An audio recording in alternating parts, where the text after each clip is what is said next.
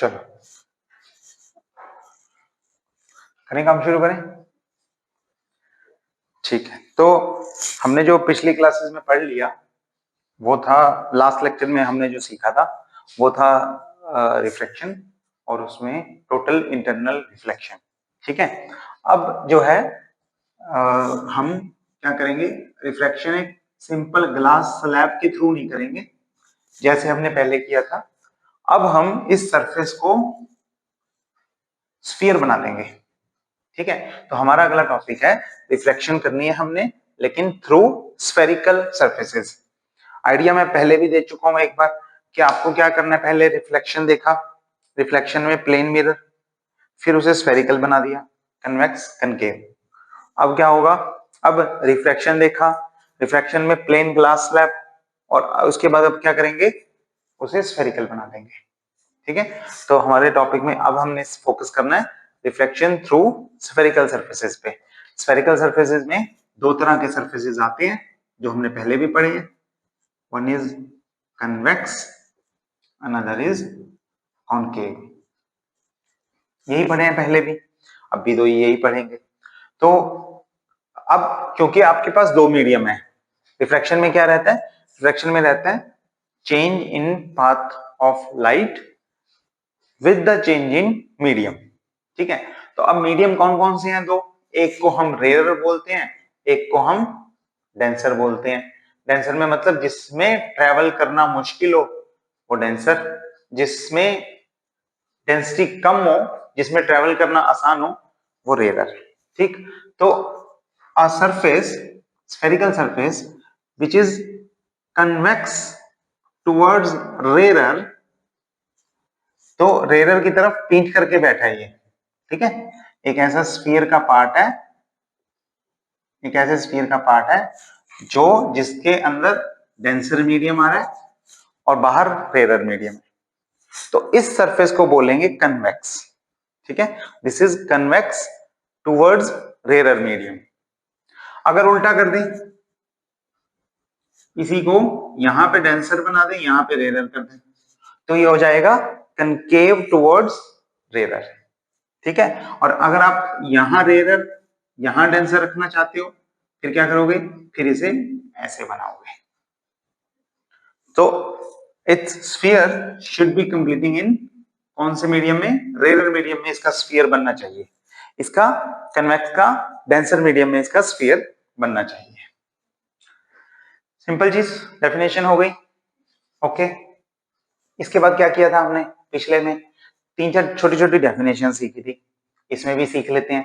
कौन कौन सी डेफिनेशन थी, डेफिनेशन थी कि जहां पे ये सेंट्रल एक्सिस को कट करता है, जो सेंटर वाला, इस पॉइंट को क्या बोलते हैं, इस पॉइंट को बोलते हैं पोल, पोल। ठीक है, एक डेफिनेशन। दूसरा, जिस स्फीयर का ये हिस्सा है, पूरा स्फीयर नहीं ले रहे ना हम सिर्फ एक पार्ट ले रहे हैं, लेकिन वो है तो एक स्फीयर का ही हिस्सा। तो जिस स्फीयर का ये हिस्सा है उसका अगर आप सेंटर देखो तो उसे हम बोलते हैं centre of curvature, centre of curvature. जिस कर्व का वो हिस्सा है उस कर्व का सेंटर, सेंटर ऑफ कर्वेचर। अगर आप पोल से सेंटर तक का डिस्टेंस ले लोगे, आपको पता ही क्या होता है, सरफेस से सेंटर तक का डिस्टेंस क्या होता है, रेडियस। तो इसे हम बोल देते हैं radius of curvature, radius of curvature. ठीक है, और जो लाइन पोल और सेंटर ऑफ कर्वेचर दोनों से पास होती है उसे हम बोल देते हैं principal axis, principal axis. Same है बिल्कुल जैसा हमने मिरर्स के केस में सीखा था, बिल्कुल वैसा का वैसा ये आर्टिकल इसमें यहां पे ऐसे आ गया। ठीक है, चार पॉइंट्स हो गए। इसके बाद क्या सीखा था, कन्वेक्स कनकेव की डेफिनेशंस, उसके बाद ये डेफिनेशंस, उसके बाद हमने सीखे थे साइन कन्वेंशंस, साइन कन्वेंशंस और कुछ अजम्पशंस भी देखी थी। तो साइन कन्वेंशंस में आपको दो बातें ध्यान रखनी है सिर्फ।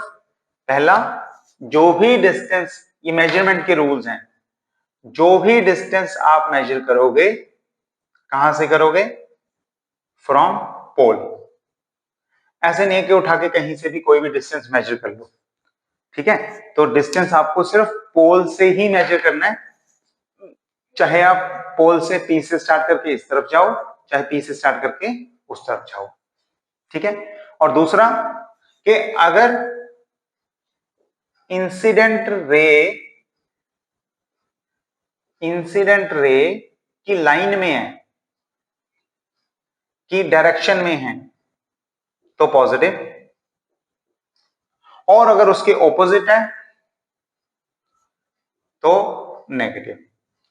ये दूसरा कन्वेंशन है कि आपको डिस्टेंस कहां से मेजर करना है, पोल से। अगर वो पोल से आप चले और उसी डायरेक्शन में जा रही हो जिसमें इंसिडेंट रे जा रही है, तो आप डायरेक्शन लोगे पॉजिटिव, और अगर आप उसके ऑपोजिट जा रहे हो जिसमें इंसिडेंट रे जा रही है, तो आप डायरेक्शन लोगे नेगेटिव, ठीक है। जैसे मान लो मैंने यहां से यहां पे ऑब्जेक्ट रख दिया, यहां पे ऑब्जेक्ट रख दिया, और मेरे को निकालना है कि सरफेस से ऑब्जेक्ट कितनी दूर है।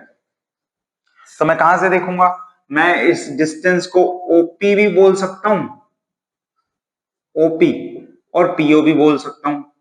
लेकिन अगर रे ऑप्टिक्स में बात करें रूल्स के हिसाब से, इट शुड बी पीओ, ये होना चाहिए, ये नहीं होना चाहिए। क्यों? क्योंकि डिस्टेंस पोल से देखनी है। और दूसरा, अगर मैं पीओ मेजर करूंगा तो मेरे को पी से पीछे आना पड़ेगा यहां पे, जबकि इंसिडेंट रे यहां से है, तो ये हो गया ऑपोजिट, तो यानी कि इसे हम लेंगे नेगेटिव, ठीक है। दो रूल्स हैं, दोनों को ध्यान में रखना है, ध्यान में रख के आराम से बातचीत बन जाएगी। ओके, नेक्स्ट क्या है, नेक्स्ट एक और इसमें आती चीज, और वो आती है कुछ अजम्पशंस। अजम्पशंस, ओके, अजम्पशंस क्या है? अजम्पशंस एक तो बड़ा सिंपल सा अजम्पशन है कि अपर्चर स्मॉल है, बहुत बड़ा सरफेस नहीं लेना, अपर्चर स्मॉल लेना है। ये होता है ना, जो पार्ट आपने लिया स्फीयर का, दिस इज वेरी स्मॉल, ये वाला पार्ट, ठीक है। अगर यहां से ये लिया तो ये वाला जो पार्ट लिया है दिस इज वेरी स्मॉल, ऐसा ना हो कि बहुत बड़ा ले लो ना, अपर्चर शुड बी स्मॉल। दूसरा कि अगर अपर्चर स्मॉल है तो इंसिडेंस एंगल और कौन से होते हैं, रिफ्रैक्टिंग एंगल, ये जो एंगल्स है ना, या जो और एंगल्स बनेंगे, दीज आर वेरी स्मॉल। क्योंकि बड़े के केस में एंगल बड़े बनते हैं, इसमें ज्यादा स्मॉल एंगल्स ही बनते हैं क्योंकि अपर्चर छोटा है। या ये कहते हैं हम कि जो प्रिंसिपल एक्सिस के पैरेलल से ही जा रहे हैं, थोड़ा सा ऊपर उठेंगे, ऐसा नहीं है कि वो 60 डिग्री 90 डिग्री पे जा रहा है, ऐसा नहीं होने वाला, ठीक है। ओके, तो अगर यहां से थोड़े से एंगल पे ही लाइट उठेगी तो वो ऐसे ही जाने वाली है बस, ऐसा नहीं होगा कि वो 90 पे चली जाएगी या 60 डिग्री पे चलेगी। 60 डिग्री पे उसे भेजने के लिए अपर्चर भी तो इतना बड़ा होना चाहिए, ठीक है। तो इस तरह से है ये, तो अपर्चर स्मॉल है और एंगल्स भी स्मॉल है। और जहां एंगल स्मॉल हो जाते हैं वहां पे एक अजम्पशन और लग जाती है कि sine theta is nearly equal to theta, या फिर आप बोल दो tan theta is nearly equal to theta, जो भी दोनों में से बोलना चाहो, ये हमारी अजम्पशंस है, ठीक है, चलेगा। इनके हिसाब से हमने काम करना है, सिंपल सिंपल से आर्टिकल्स हैं। अब हम एक आर्टिकल सीखेंगे, ठीक है, एक आर्टिकल सीखेंगे और उस आर्टिकल को ध्यान से देख लेना, उसी आर्टिकल के बेसिस पे आप अगले 6 आर्टिकल कर सकते हो, बिल्कुल सेम काम होगा, सेम रिजल्ट आएगा, सेम ही डेरिवेशन है। सिर्फ और सिर्फ किसका ध्यान रखना है आपको, आपको पॉजिटिव नेगेटिव का ध्यान रखना है, आपको एरोज का ध्यान रखना है जो कि ऑप्टिक्स में रखना ही रखना है, और बस रूल्स जो है वो सेम है, वो दोनों में रहेंगे। तो मैं एक केस ले लेता हूं और उससे हम निकालते हैं अपना रिजल्ट। चलो शुरू करते हैं। तो ये लो कन्वेक्स सरफेस ले लिया, मान लो मैंने कन्वेक्स है, तो इस तरफ रेयर मीडियम होगा, लेट्स से उसका रिफ्रैक्टिव इंडेक्स म्यू 1 हो गया, इस तरफ डेंसर मीडियम होगा, उसका रिफ्रैक्टिव इंडेक्स लेट्स से μ2 हो गया। बीच में कोई कहीं पे प्रिंसिपल एक्सिस होगा, ठीक है, प्रिंसिपल एक्सिस। तो यहाँ पे जहां पे ये टच कर रहा है इसे, ये पोल हो गया। यहाँ पे कहीं पे बीच में सेंटर ऑफ कर्वेचर भी होगा, ठीक है। और हम कहीं दूर, थोड़ा सा दूर ऑब्जेक्ट रख देते हैं, मान लो यहाँ पे रख दिया हमने ऑब्जेक्ट, ठीक है। अब ऑब्जेक्ट के बाद हम क्या करते हैं, ऑब्जेक्ट से एक रे, इंसिडेंट रे भेजते हैं, और एक इंसिडेंट रे तो सीधी चली गई ऐसे, पोल से गई और वो सेंटर ऑफ कर्वेचर से गई और अनडिफ्लेक्टेड निकल गई, ऐसे चली गई, ठीक है। पहली रे होगी। दूसरी रे में क्या करोगे, किसी भी एंगल पे डाल दो, ये लो इधर डाल दी, ठीक हो गया, ओके। अब इसके बाद रूल क्या फॉलो होगा, रूल होगा कि जाना तो इसने सीधा था, लेकिन आप क्या करोगे, इस पॉइंट पे नॉर्मल ड्रॉ करोगे, नॉर्मल ड्रॉ करोगे। और उसके बाद जब लाइट, ये नॉर्मल है, जब लाइट रेयर टू डेंसर जाती है तो टुवर्ड्स द नॉर्मल और away from the normal, towards the normal. तो जिसने इधर जाना था वो इधर नहीं जाएगी, वो थोड़ा सा इधर हो जाएगी, टुवर्ड्स द नॉर्मल, ठीक है। और जो पहले वाली रे थी वो इंसिडेंस एंगल आई बनाएगी, और जो दूसरे वाली रे है वो रिफ्लेक्टिंग एंगल आर बनाएगी। अभी कहां किया, नॉर्मल ये है, इस तरफ से देखोगे ना, ये नॉर्मल है, इसने यहां जाना था, इसने यहां जाना था, ये नॉर्मल है, तो ये टुवर्ड्स कर दिया ना मैंने, ठीक है। थोड़ा सा और ज्यादा टुवर्ड्स करता हूं ताकि बहुत ज्यादा दूर हमारी इमेज ना जाए एंगल के हिसाब से। तो इधर जाना था लेकिन टुवर्ड्स द नॉर्मल, ये इधर मुड़ जाएगी इस तरफ, और ये एंगल हो जाएगा हमारा रिफ्लेक्टिंग एंगल। क्लियर है, चलो। तो ऑब्जेक्ट यहां बना, और जहां पे दो रेज इंटरसेक्ट कर जाती हैं वो इमेज होती है, तो ये इमेज होगी। अब आपने हर बार क्या करना है, ये इमेज बना सकते हो, कोई दिक्कत नहीं, ये डायग्राम बन गई। जो भी बनेगा एरो लगाने हैं, यहां से लाइट गई है इस तरफ, यहां से गई है इस तरफ, ये लाइन थोड़ी सीधी नहीं है तो अच्छी सी बना लेना, स्केल यूज कर लेना, ठीक है। और ये नॉर्मल है, ठीक है, ओके। ये जहां पे ये एंगल बनाएगा, इसको एंगल को अल्फा मान लो। हर बार यही काम करना है, ध्यान रहे, हर बार यही काम है, ठीक है। इंसिडेंस एंगल रहेगा ही रहेगा, रिफ्लेक्टिंग एंगल रहेगा ही रहेगा, नॉर्मल ऐसे रहेगा, सेंटर ऑफ कर्वेचर को टच करेगा, एक ऑब्जेक्ट बनेगा, एक इमेज बनेगी, ठीक है, ओके। ये आर मान लिया। अगर दूसरी तरफ देखोगे, इसे मैं इस पॉइंट को ए बोल देता हूं, अपर्चर वाले पॉइंट को ए बोल देता हूं, और ये जहां इमेज बन रही है वहां एंगल बीटा मान लो, जो सेंटर ऑफ कर्वेचर के साथ बन रहा है उसे गामा मान लो। हो गए तीन एंगल। अब हमें डिस्टेंसेस लेने होते हैं पी से, तो हम क्या करते हैं, एक नॉर्मल यहां पे भी ड्रॉ कर लो, थोड़ा काम आसान हो जाएगा हमारा। Let it be M, let it be M, ठीक है। तो ये भी नॉर्मल हो गया। इससे क्या फायदा होगा, सारे ट्राइंगल राइट एंगल ट्राइंगल बन जाएंगे, ठीक है। तो हमारी कैलकुलेशन आसान हो जाएगी। अब हमारा काम है सिर्फ इसमें राइट एंगल ट्राइंगल लगा के इनके बीच का कोई रिलेशन निकालना, दैट्स इट, इतना ही काम है और कुछ नहीं है। डायग्राम बना लोगे, ओके। तो कैलकुलेशन शुरू करते हैं, ठीक है। देख लो अगर समझ में आ गया तो, नोट्स में आपको मिल ही गया सब, नोट्स में डायग्राम्स बने हुए हैं, अलग अलग केसेस के, सारों के अलग अलग कैलकुलेशन भी की हुई है सारी, तो आपको वो मिल चुके हैं, ठीक। हम इस सिंपल से आर्टिकल को प्यार से देखते हैं कि इसमें हमें क्या क्या पता है, ओके। तो पहले लगाते हैं स्नेल्स लॉ। स्नेल्स लॉ, कौन से मीडियम से जा रहा है उसका reflective index multiplied with sine of the angle is equal to दूसरे मीडियम का reflective index multiplied with sine of the angle, ठीक है, हो गया, सिंपल था, ओके। साइन आई और साइन आर हमने अज्यूम किया है स्मॉल एंगल्स, स्मॉल एंगल्स जो हम इन्हें बोल सकते हैं μ1 इज एंगल आई, और इज इक्वल टू μ2 और दिस इज एंगल आर, क्योंकि एंगल्स आर स्मॉल। अजम्पशन है तो साथ में लिख देना कि we have assumed that this aperture is very small and angles are very small. हो गया, ठीक है। अच्छा, अब एक ट्रायंगल देखो। अब हमें आई और आर नहीं चाहिए, हमें सब कुछ अल्फा बीटा गामा या हम डिस्टेंसेस की टर्म्स में चाहते हैं।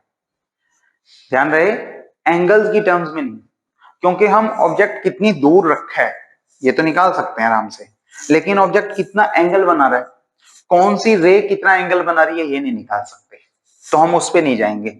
हम एंगल्स की कहानी को डिस्टेंसेस की कहानी में बदलेंगे, ठीक है। तो ट्रायंगल देखते हैं, कौन से ट्रायंगल में। लेट्स से हमने ट्रायंगल ले ली ये ओ ए सी, तो मैं यहां बनाता हूं फिर से। ये हमारा C point, this is gamma angle.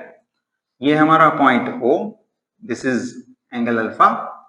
और यहां से ये लाइन जो सीधी जा रही है नॉर्मल, ये मिल रही है आई पे, ठीक है। अगर आप इस ट्रायंगल को देखो, इन ट्रायंगल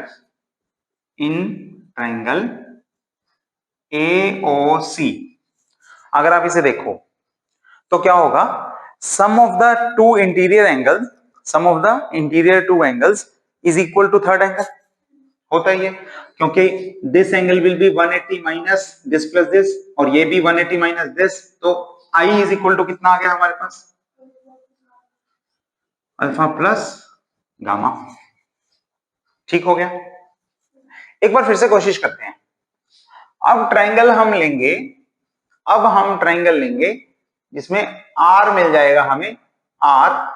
तो अब हम ट्रायंगल ले लेते हैं ये वाला ए आई सी, ठीक है। तो मैं इसे भी बना दूं यहां पे ए आई सी को, तो यहां से गया ए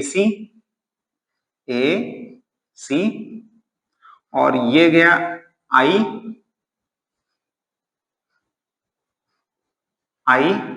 ये एंगल है बीटा, ये एंगल है आर, और ये एंगल है गामा। Is it okay? तो अब बताओ क्या होगा। Yes, so in triangle A I C, gamma is equal to R plus beta. मेरे को गामा नहीं चाहिए, मेरे को आर चाहिए, R is equal to gamma minus beta, ठीक है। तो यहां पे पुट कर दो, अब यहां पे पुट कर दो इक्वेशन 1 में। उल्टा लिख दिया क्या?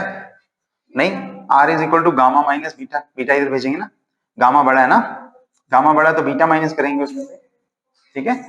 ओके, तो 1 और 2 और 3 को 1 में पुट कर दो, तो म्यू वन आई कितना है, alpha plus gamma is equal to μ2 gamma minus beta. ठीक हो गया। अब फिर से अजम्पशन ये कि हमें पता है अल्फा बीटा गामा तो छोटे हैं, और अगर alpha beta gamma are the small angles, तो हम क्या कर सकते हैं, हम इसे साइन कोस में, टेन में, किसी में भी पुट कर सकते हैं, सब्स्टिट्यूट कर सकते हैं इसे, ठीक है। अब हम यहाँ पे थीटा को टेन थीटा पुट करेंगे, तो टेन क्यों पुट करेंगे, साइन क्यों नहीं पुट करेंगे। तो यहाँ पे अल्फा बीटा गामा, तो हम पुट करेंगे अल्फा को nearly equal to tan alpha, beta को टेन बीटा, गामा को टेन गामा, है ना, ऐसे बीटा ऐसे ही गामा। साइन में क्यों नहीं पुट करेंगे, देखो क्या करना है, क्योंकि टेन में पुट करेंगे तो यहाँ पे हमारे पास परपेंडिकुलर अपॉन बेस ये डिस्टेंसेस आएंगे। अगर साइन में पुट किया तो ये वाले डिस्टेंसेस आएंगे p अपॉन h, तो ये वाले डिस्टेंसेस जो हैं ये ठीक नहीं है, इन्हें मेजरमेंट में प्रॉब्लम होगी। और असम्पशन क्या है, सारे डिस्टेंसेस p से लेने हैं, पोल से लेने हैं, वो भी नहीं लगा पाओगे, है ना। तो यहाँ पे सब कुछ हम पुट करेंगे tan alpha, tan beta, ten gamma में। अब लगा के देखो, ट्रायंगल ले लेते हैं, कौन कौन सी ट्रायंगल लेंगे, यहाँ पे टेन अल्फा के लिए ये वाली ट्रायंगल लेंगे, राइट, इन ट्राइंगल कौन सी हो गई, O A M, O A M, tan alpha कितना आ जाएगा, परपेंडिकुलर अपॉन बेस, परपेंडिकुलर है ए एम अपॉन बेस है हमारे पास एम ओ। ठीक है, ठीक हो गया। ऐसे ही जब आप इन ट्राइंगल आप लोगे बीटा वाली ट्राइंगल आई ए एम, यहां से ये वाली, तो आपके पास एंगल आ जाएगा tan बीटा, tan बीटा आ जाएगा कितना, perpendicular upon base that is am upon M I. और जब तीसरी ट्राइंगल लोगे in triangle C A M, तो हमारे पास आ जाएगा tan gamma which is equal to A M upon M C. Okay, तो ये पुट कर दो, ये फॉर्मूला क्या बन जाएगा, फिर ये फॉर्मूला बन जाएगा म्यू वन अल्फा कितना है tan अल्फा, tan अल्फा कितना है A M upon MO, A M upon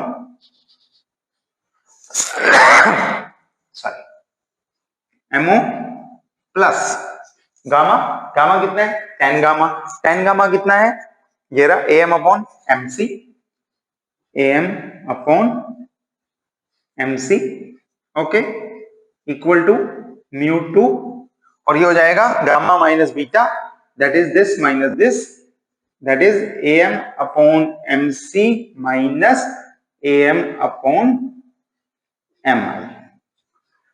ठीक हो गया, लगा सकते हो यहां तक। ओके, अब क्या होगा, अब भी सिंपल है, हमने क्या माना, फिर से assumptions देखो, हमने माना अपर्चर स्मॉल है तो ये बहुत छोटा है, ठीक है। दूसरी चीज सारे डिस्टेंसेस, अब जैसे ही आप कहोगे ये छोटा है, ये छोटा है, वैसे ही क्या होगा, P और M बिल्कुल पास पास हो जाएंगे, बिल्कुल पास पास हो जाएंगे मतलब ओवरलैप करने वाले हो जाएंगे, सो M can be replaced by point P, M can be replaced by point P। ठीक है, तो यहाँ पे हम क्या करेंगे, म्यू वन ए एम को लिख लेंगे 1 because it is very small, so when it will be multiplied with this, तो वो नेग्लिजिबल है, वो 1 के बराबर सही है। ठीक है, तो यहाँ पे एमओ, एमओ कितना है, एमओ को हम लिख देंगे पीओ, पीओ, तो एम को मैंने क्या किया, पी से रिप्लेस कर दिया, ऐसे यहाँ पे लिख देते हैं पी सी और इक्वल टू म्यू टू और equal to 1 upon P C minus 1 upon P I. ठीक हो गया, चेक कर लो, कोई दिक्कत वाली बात नहीं है। ठीक है, अब आपको पता है पोल से ऑब्जेक्ट का डिस्टेंस कितना होता है u, पोल से इमेज का डिस्टेंस कितना होता है v, और पोल से सेंटर ऑफ कर्वेचर का डिस्टेंस कितना होता है r। ठीक है, पता है हमें, तो हम यहाँ पे क्या करेंगे, इसे u v r r और v पुट कर देंगे, कर ले पुट, कितना आएगा चेक करें, तो मैं यहां से इरेज करके लिख देता हूं, चेक करें इसे कितना आएगा, ये यही हमारा फाइनल रिजल्ट आएगा असल में। तो हमारे पास आ जाएगा म्यू वन 1 अपॉन यू, लेकिन ध्यान रखना इंसिडेंट रे इस तरफ जा रही है, P से O वापस आ रहे हो, तो this is minus u, minus ही होता है ना ऑलमोस्ट ऑलवेज। ठीक, तो प्लस 1 अपॉन पी सी उधर जा रहा है, आ रहा है, equal to mu two 1 upon R minus 1 upon P I मतलब v। ठीक हो गया, u और v एक तरफ कर लो, r एक तरफ कर लो, तो हमारे पास आ जाएगा म्यू 1 अपॉन माइनस u, ये वाला v माइनस है, इधर आके plus mu 2 upon v is equal to mu 2 upon r, और ये म्यू 1 अपॉन r उधर जाके माइनस 1 अपॉन r कॉमन है, तो मैंने इकट्ठा लिख दिया mu 2 minus mu 1 upon r। ठीक हो गया, दैट्स इट, खत्म हुआ। This is the relation between mu 1 mu 2 u v and r। एक रेयर मीडियम है उसका रिफ्रैक्टिव इंडेक्स, एक डेंसर मीडियम है उसका रिफ्रैक्टिव इंडेक्स, और ऑब्जेक्ट का डिस्टेंस, इमेज का डिस्टेंस और centre of radius of curvature, इन 5 के बीच में रिलेशन हमारे पास आ गया। ठीक है, ओके। तो हम क्या कर रहे हैं बेसिकली, हमारे पास हर एंगल में, हर आर्टिकल में incidence angle, refracting angle, alpha, beta, gamma, ये कुछ 5 एंगल्स होंगे और हम उन्हें डिस्टेंसेस की टर्म्स में कन्वर्ट कर लेंगे और हमारे पास आंसर इस फॉर्मूले की फॉर्म में आ जाएगा। दैट्स इट, इतना ही था, देख लो। अच्छा, अब ये रिजल्ट जो है आप किसी भी केस के लिए कर लो, यही रहेगा।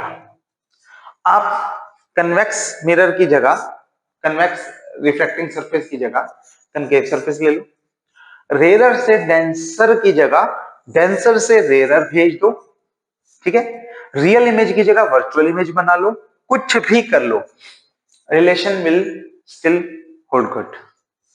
ऐसा ही ये रिलेशन आने वाला है। ठीक है, सिंपल है, करके देख लें। एक दो केस मैं करवा देता हूं, ठीक है। तो जैसे इसी में हमने लिया रियल इमेज, पहला केस रियल इमेज। दूसरा देखते हैं, अगर इसकी जगह वर्चुअल इमेज ले लेते, कन्वेक्स के लिए ही वर्चुअल इमेज, ठीक है। तो ये प्रिंसिपल एक्सिस ये हो गया और ये लेंस बना लिया हमने, ये रेयरर हो गया, ये डेंसर हो गया। आपको पता है अगर इमेज आगे ले आओगे ऑब्जेक्ट को आगे ले आओगे, फोकस से आगे होता है ना जैसे मिरर में, ऐसे ही इसी में होता है, इसमें भी होता है कि अगर पास रखोगे तो इमेज वर्चुअल बनेगी। कैसे, देखो यहां पे वो गया, यहां पे उसे नॉर्मल के साथ क्या करना है, रेयरर टू डेंसर जाना तो यहां था, पर थोड़ा सा टूवर्ड्स द नॉर्मल भी हो जाएगा तो जाएगा यहां, ठीक है। पर ये आगे जाके इस लाइन पे कभी नहीं मिलने वाला, है ना। और हमारी इमेज क्या होती है, जहां पे ऑब्जेक्ट से रे जाती है और प्रिंसिपल एक्सिस पे मिल रही है। एक लाइन प्रिंसिपल एक्सिस पे गई, दूसरी लाइन यहां से गई, तो जहां पे मिले वो इमेज हो गई। जहां दो रेज इंटरसेक्ट करती है, यहां ये इंटरसेक्ट यहां करेगी नहीं, लेकिन हम अज्यूम कर लेंगे कि ये पीछे मान लो यहां पे इंटरसेक्ट करिए, ठीक है, तो ये इमेज हो जाएगी। तो ये हो गया हमारा अल्फा एंगल, ये हो गया हमारा बीटा एंगल, ये हो गया हमारा गामा एंगल, और नॉर्मल के साथ जो है एंगल आप बना ही सकते हो, ठीक है। तो ये चीज जो है ये बना लोगे, वही 5 एंगल्स उस तरह से सेम काम है। आपने बस ये देखना है कि कहां से कहां पे वो लाइट जा रही है, उसके बाद कहां पे गई है, ऑब्जेक्ट कहां पे है, इमेज कहां पे है, कितना डिस्टेंस है पी पोल से, सेम है सब कुछ सेम है, ठीक। अच्छा, उल्टा करके देखते हैं एक और।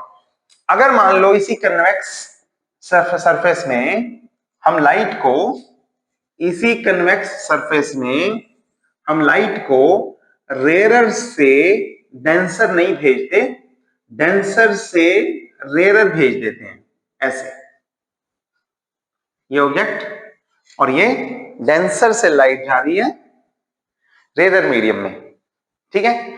तो क्या होगा, तो ये होगा कि अब नॉर्मल मान लो यहां पे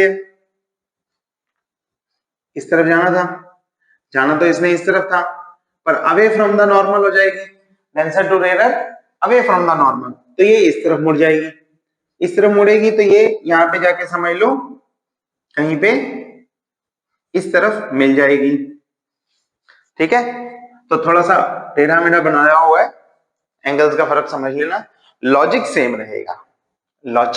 रहेगा, rarer to denser towards the normal, denser to rarer away from the normal, ठीक है, वही लगाया हुआ है। नॉर्मल बनाओ, उसके साथ एंगल देखो, काम खत्म। तो ऑब्जेक्ट के साथ एंगल, सेंटर ऑफ कर्वेचर के साथ एंगल, और इमेज के साथ एंगल, और नॉर्मल के साथ इंसिडेंस और रिफ्लेक्शन, वो तो है ही है, रिफ्लेक्टिंग वो तो है ही है, ठीक है। तो इस तरह से आप सेम चीज बना सकते हो। अच्छा, इसमें एक बात और ध्यान देने वाली है, कि हमने रिफ्रैक्टिव इंडेक्स μ1 माना है रेयर मीडियम का और μ2 माना है डेंसर मीडियम का। ठीक है, तो हमारा फॉर्मूला आया है ये μ1 upon minus u plus μ2 upon v upon this. अगर आपने मीडियम में लाइट को डेंसर से रेयर भेजा, यानी कि अब आप μ1 से 2 में नहीं जा रहे, आप μ2 से μ1 में जा रहे हो। ठीक है, तो फॉर्मूला यही रहेगा, बेशक यही रहेगा, लेकिन इसमें μ1 μ2 चेंज हो जाएंगे, क्योंकि आपको μ1 लेना होता है जहां पे ऑब्जेक्ट है उसके हिसाब से।